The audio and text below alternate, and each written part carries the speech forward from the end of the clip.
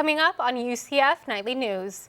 The Florida Board of Governors met yesterday in Miami. We'll tell you about 2 UCF projects and which one is moving forward while the other is not. I'm Brooke Savage, and in a few minutes, I'll tell you what security changes the UCF PD may be making to a garage near you.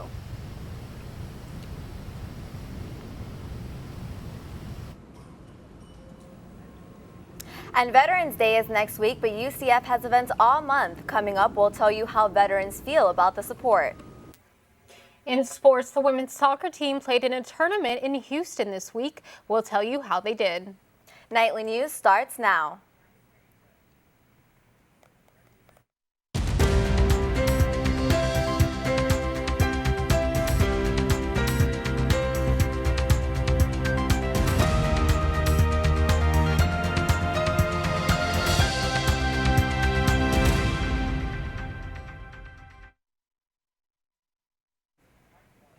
Good afternoon and welcome to Nightly News. I'm Audrey Harvey.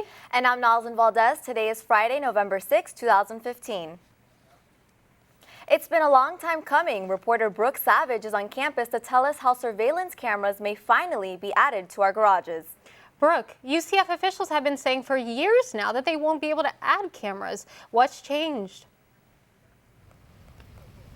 Well, Audrey, students have been asking for cameras in garages for a while, and now it may actually happen. UCF officials are testing out cameras in garages like the one behind me, and they say if all goes well, more cameras may pop up.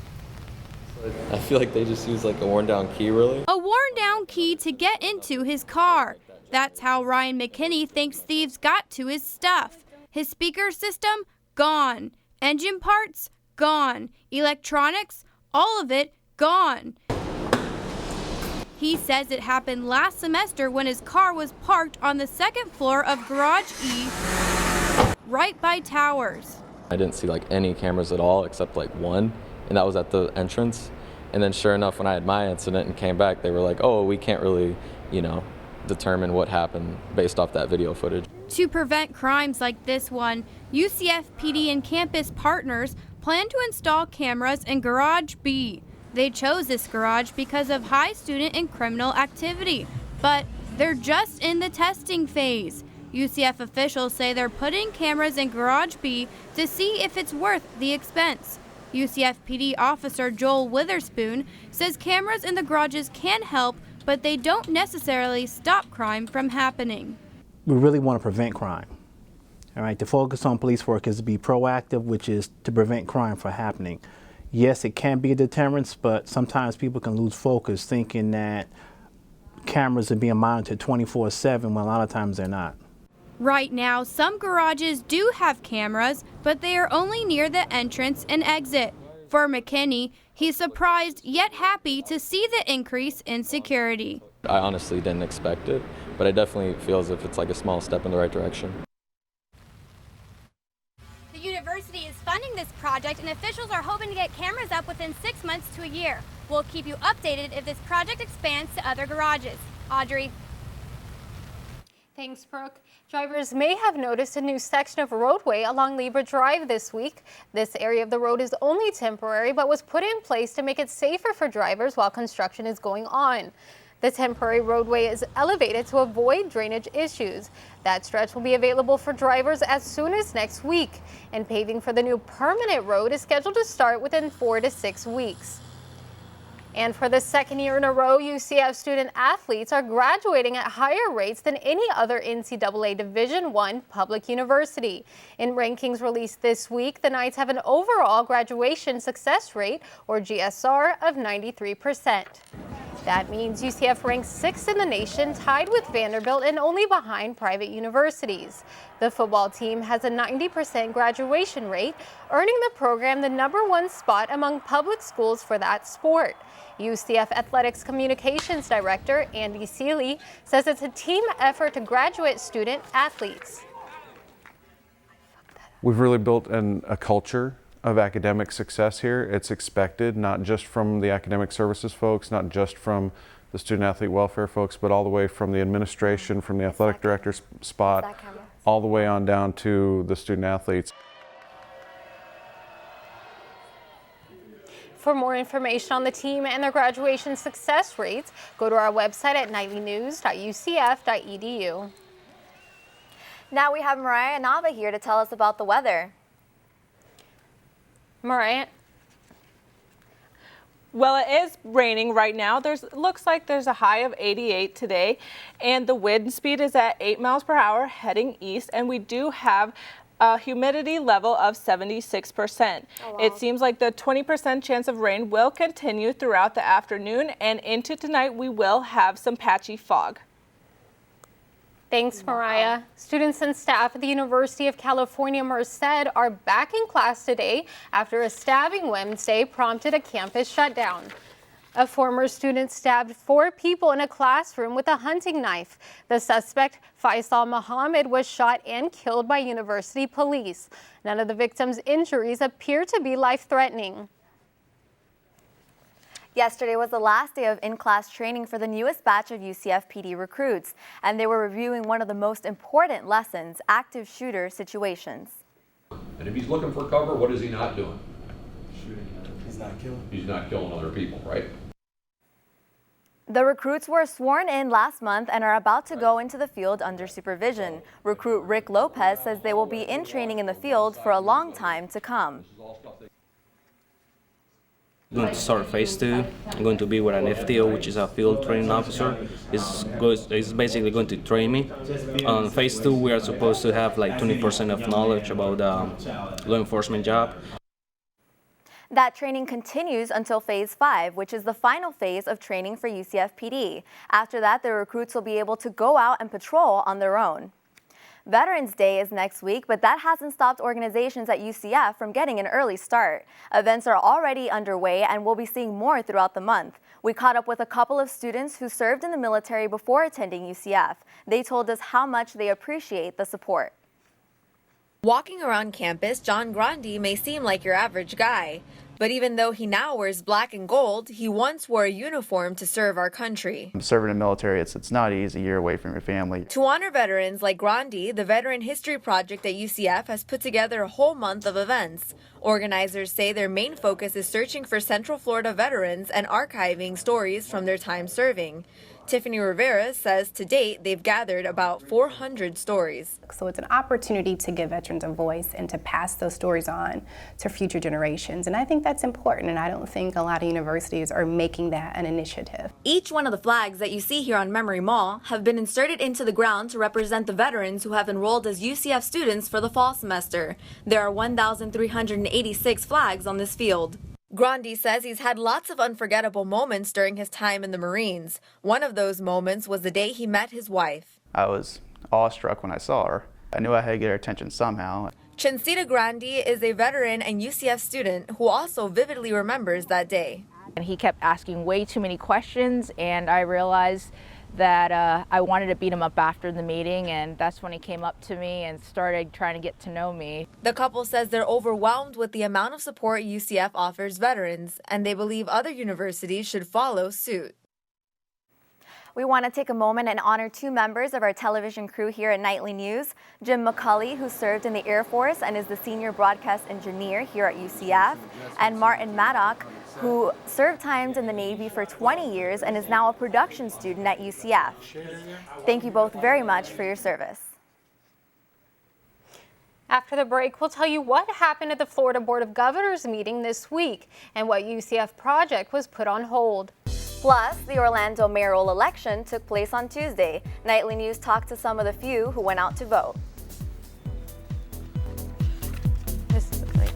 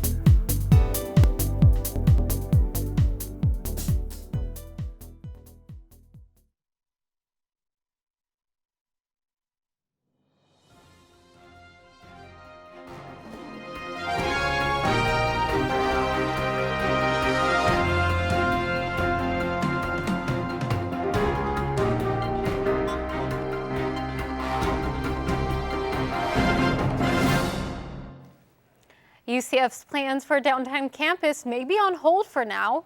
Yesterday at the Florida Board of Governors meeting in Miami, UCF officials decided to postpone their presentations. In an official statement, spokesperson Grant J. Heston says UCF still remains committed to the project. It was a last-minute decision made just hours before the scheduled presentation with the Board of Governors. But the UCF campus hotel project will be moving forward. The Florida Board of Governors approved plans for the hotel and conference center. The 135-room hotel will be located on the northeast quadrant of Alafaya Trail and University Boulevard.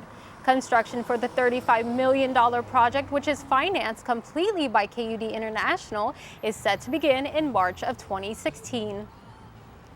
Buddy Dyer is on his way to becoming the longest-serving mayor in the history of Orlando. On Tuesday, he won the election to serve his fourth term as Orlando's mayor. Dyer defeated his opponents Paul Paulson and Sunshine Linda Marie Grund with 63% of the vote.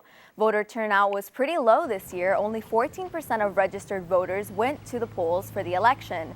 Despite the low number, those who did show up felt like their votes mattered. That's our right and it's our duty. This is where it really matters within the district, county level. It affects me more directly, so I am interested in it.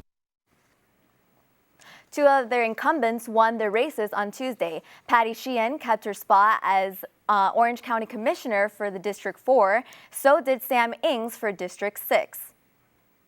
Some people think robots may replace humans in the future.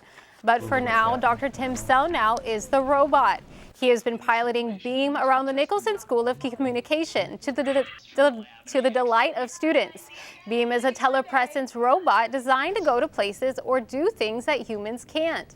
Dr. Selnow is a crisis communication specialist and wants to see, among other things, how people would react to a robot in a crisis situation. At least to test the robot, to deploy it so that she can have eyes on the ground through the robot while she's serving her function as a public information officer during a crisis or a really high-risk event. Aside from emergency applications, it's just a lot of fun to play with. Everyone in the halls loves seeing it, which Dr. Selnow said was data in itself. Coming up in weather, we've been experiencing some record-breaking heat this week. Mariah Nava will tell us what to expect for the weekend. Plus, UCF is being recognized for its beautiful trees. We'll tell you how UCF has kept this award for the past 5 years.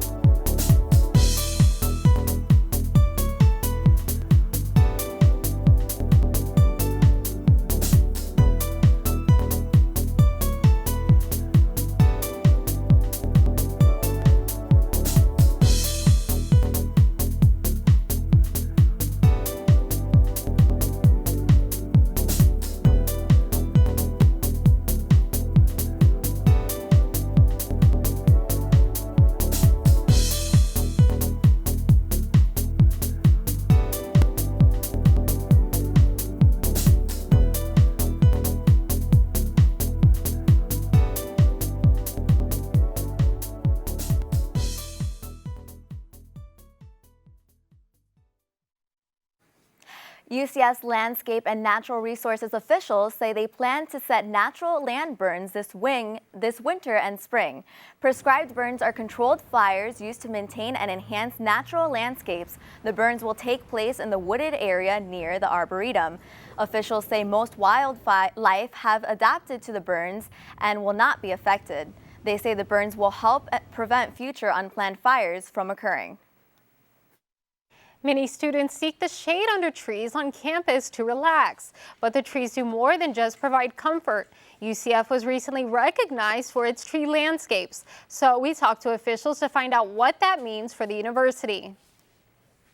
A nice breeze and a shady spot to hang out. For students like Sasha Stewart, that's what trees around campus provide. Because even though it's November it's still really hot, and the trees provide a lot of shade that make it more relaxing to even sit outside. But the tree cover is more than just a place to cool off and unwind. UCF's Department of Landscape and Natural Resources says the tree canopy on campus removes about 2 metric tons of air pollution each year. The trees have also retained nearly 1 million gallons of stormwater runoff. Plus, the carbon storage has saved UCF more than $70,000 each year. Recently, the Arbor Day Foundation recognized UCF for its efforts. Tree Campus USA designation for the university not only signifies the university's commitment to such a unique environmental program, but also shows our engagement with our community and with our students. Universities must meet 5 standards to receive this title. On that list, a tree advisory committee, a tree care plan, funding for a campus tree program, an Arbor Day observance, and a student service learning project. Recently, one project we started to do is engaging students in the landscape, like you see here with the palm hammock.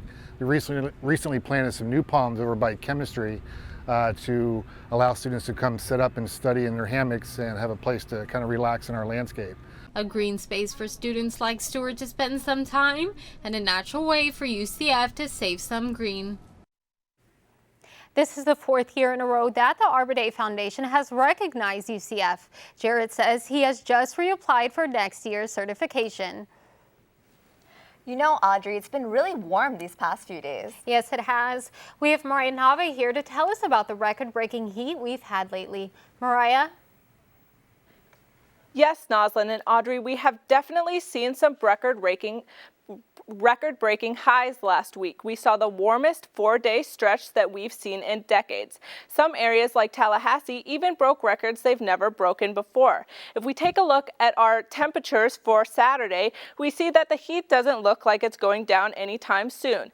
Tampa and Orlando are at a high of 88. If you go up to northern Florida, Tallahassee and Jacksonville are at a solid 86. And down in South Florida, we have a high of 84. If we take a look at our precipitation map, it doesn't look like too much chance of rain, but there are a little bit of showers coming our way. Orlando and Miami are at 40% chance of rain the most. Tallahassee and Jacksonville are at 30%, and Tampa's at our lowest percent, 24 Saturday. Now, if we take a look at our radar map, we can see what the rest of the country is looking like. It doesn't look like Florida is the only one getting some rain. Texas and the Northeast is getting some rain throughout the week. And then over in the Northwest, they're also getting some rain and snow. And Colorado and Wyoming are getting some heavy snow. So even though Florida's sticking with this warm weather, it seems like the rest of the country is getting ready for winter. Now, if we take a look at our 5-day forecast, we can see for the rest of the week, it's going to be pretty rainy throughout the weekend. The highs are about 80 to 84 and then lows in 70s for the weekend, but we'd have the highest chance of rain on Sunday and Monday with 50%. And then as we get into the beginning of the week, it does cool down a little bit. We have 82 to 83 throughout the beginning of the week. And then actually, as we get to the end of the week, we do hit our lowest lows of 69 to 66. And on Wednesday, for Veterans Day activities, we do have a 0% chance of rain. That's all I have now. Back to you at the desk. Thanks, Mariah. After the break, we'll tell you how women's soccer did in their conference tournament this week. Plus, one women's golfer is ranked in the top 25 in the country as an individual. We'll tell you who.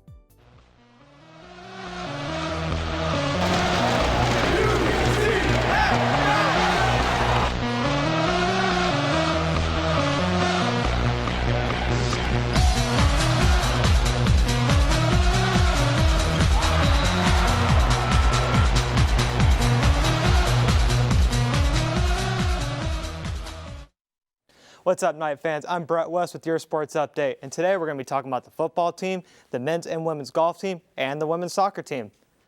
The UCF football team lost again, this time to Cincinnati 52-7, and if one player continues to struggle, he's going to be benched. Justin Holman has been struggling so far this year, and last week Holman barely threw for 100 yards and an interception. Coach Danny Barrett said if he continues to struggle, he may get benched. With the mindset that, he's going to get the job done. But, if we're struggling early, we may decide to go with one of the younger guys to give him a chance to step back out, not saying he wouldn't go back into the football game.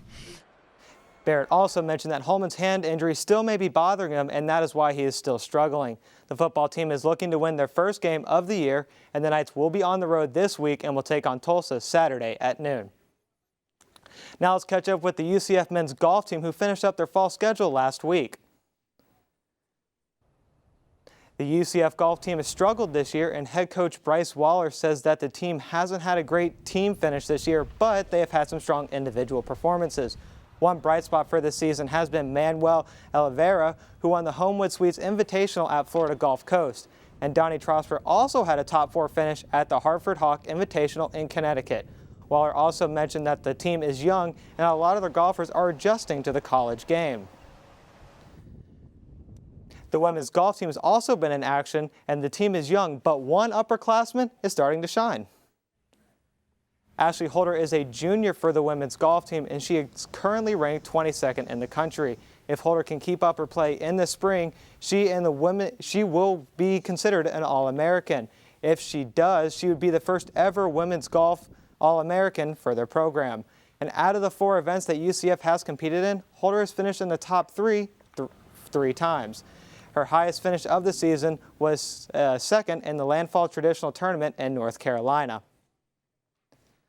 The women's soccer team is in Houston this week to compete in their AAC conference tournament. On Tuesday night, the Knights took on Temple, and Temple opened up the game scoring, but in the wrong way, with an own goal. Ashley Spivey then made the game 2-0 with this goal. Temple scored late in the game, but the Knights would hold on to win 2-1. And yesterday, the Knights took on USF in the semifinals, and the game was scoreless going into overtime. But in overtime, the Bulls would win 1-0. Now, the women are finished, but the men are going to be taking on, they're going to be starting their tournament starting next week. And they'll be playing Tulsa in Oklahoma. That's all we have time for now. Audrey? Thanks, Brett. Well, at the Country Music Awards earlier this week, there was a special guest appearance, one of our own. Nitro was spotted dancing in the front row alongside mascots from other universities. The mascots were brought up onto the stage while singer Brad Paisley sang his new single, Country Nation. Country Nation is a song that celebrates the tradition of college football, and we'd say all the mascots were happy to show their school spirit. So Noslin, the weather has been very unpredictable this week. It's been super unpredictable. Mariah, could you let us know what to expect? Well, basically, we know it's going to be sunny and we know there's going to be some hot weather, but one thing to look out for is there will be patchy fog throughout the state. So if you're driving, just be aware of that. That's good to know. That's our time for right now. Thanks for joining us. Remember, you can always keep up with us during the week on our website at nightlynews.ucf.edu. And if you've got a story idea you want us to know about, send it our way. You can reach us at nightlynews@ucf.edu. Thanks for watching and have a good day.